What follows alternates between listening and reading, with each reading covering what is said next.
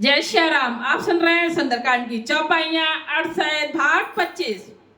सुंदरकांड केवल एक कथा नहीं बल्कि जीवन की हर कठिनाई में आशा और विश्वास का दीपक है।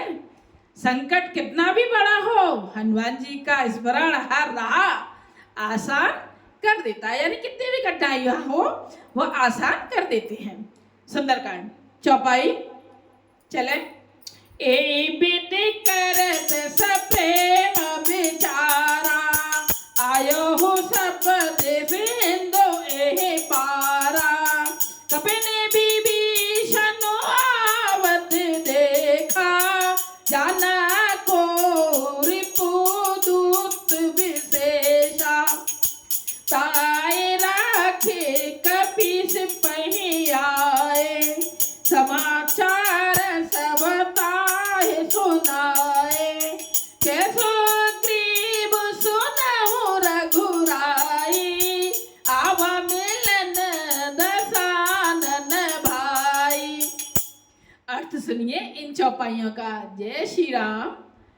इस प्रकार प्रेम सहित विचार करते हुए वे शीघ्र ही समुद्र के इस पार जिधर श्री राम जी की सेना थी आ गए।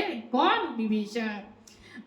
बांदरों ने विभीषण को आते देखा तो उन्होंने जाना कि शत्रु का कोई खास दूत है।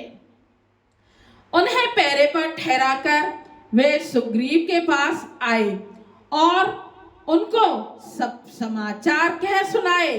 सुग्रीव ने श्री राम जी के पास जाकर कहा, हे रघुनाथ जी सुनिए, रावण का भाई आपसे मिलने आया है। जय श्री राम। जय श्री राम। चौपाई आगे की सुनिए। कह प्रभु सखा भूजिए कहा, कही कपीस सुनहु नर नाहा। जाने न जाई निशाचर माया, काम रूप के कारण आया।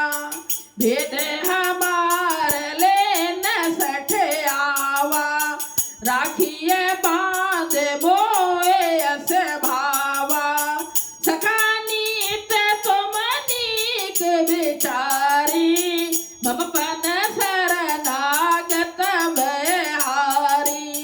सुने प्रभु बचन हरस हनुमाना, शरणागत बच्छल भगवाना।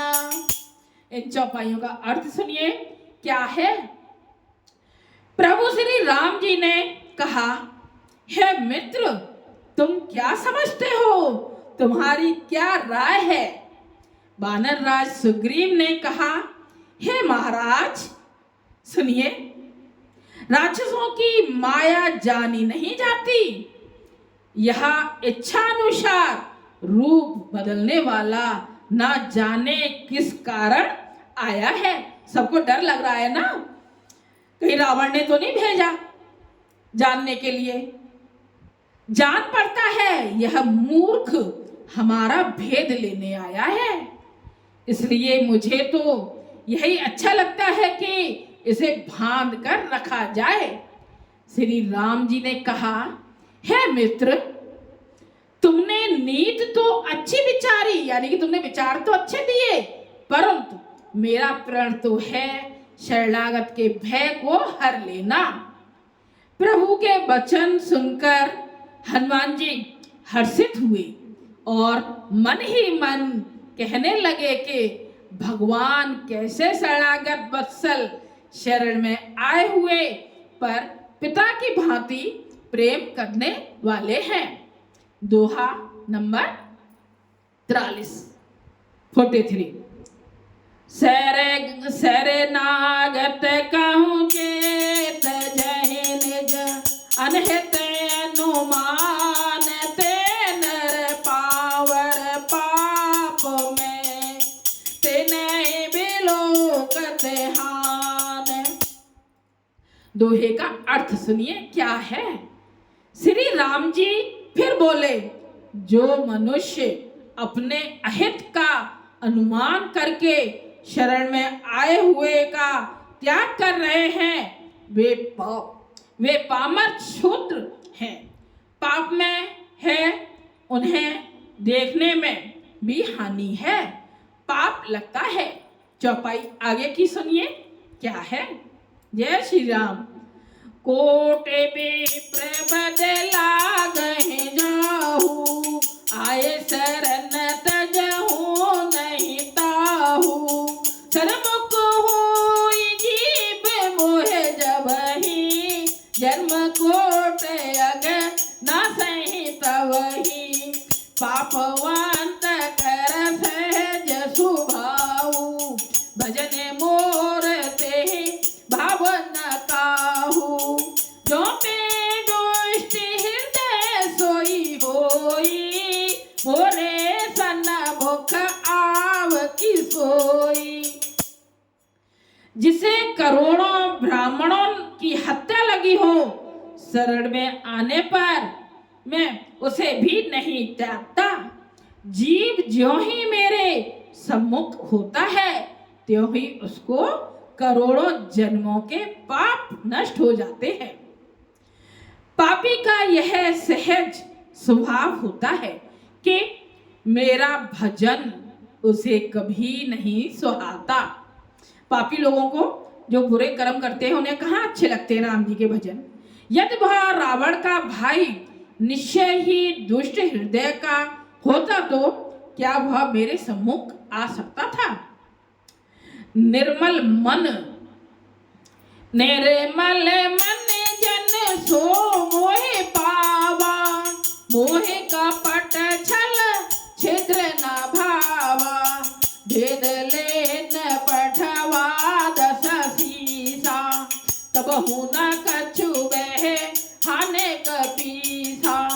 जगमहु सखाने साचर जेते, लक्ष्मण है नहीं में से मऊ तेते। जो सबीते आवा सरनाई, रखियाहूँ ताय प्राण की नाई। अर्थ सुनिए चौपाइयों का। जो मनुष्य निर्मल मन का होता है, वही मुझे पाता है। हर कोई नहीं पाता प्रभु को। जय श्री राम। मुझे कपट और छल छिद्र नहीं सुहाते। यदि उसे रावण ने भेद लेने को भेजा है, तब भी हे सुग्रीव, अपने को कुछ भी भय या हानि नहीं है।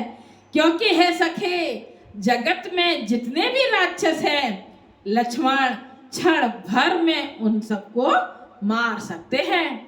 और यदि वह भयभीत होकर अब मेरी शरण आया है, तो मैं तो उसे प्राणों की तरह रखूंगा। जो प्रभु के चरणों में जाता है, उसे प्रभु प्राणों की तरह रखते हैं। दोहा नंबर 44। ओबे बात ते आन हो, हंस के कृपा निकेत। जय कृपाल कही चले, अंगद हनु समेत। अर्थ सुनिए। कहा कृपा के धाम श्री राम जी ने हंसकर कहा, दोनों ही स्थितियों में उसे ले आओ। तब अंगद और हनुमान सहित सुग्रीव जी कृपालु श्री राम जी की जय हो कहते हुए चले। ये हुआ हमारा सुंदरकांड। भगवान हनुमान जी श्री राम जी हम सब पर कृपा करें। इसी मंगल कामना के साथ आज की कथा यहीं पूर्ण होती है। प्रभु श्री राम की कृपा आप पर सदैव बनी रहे, हम सब पर बनी रहे। जय श्री राम, जय बजरंग बली। वीडियो को लाइक कीजिएगा, कमेंट्स कीजिएगा और सब्सक्राइब कीजिएगा। जय श्री राम। अगर पसंद आए तो जरूर कीजिएगा, कमेंट में लिखिए। जय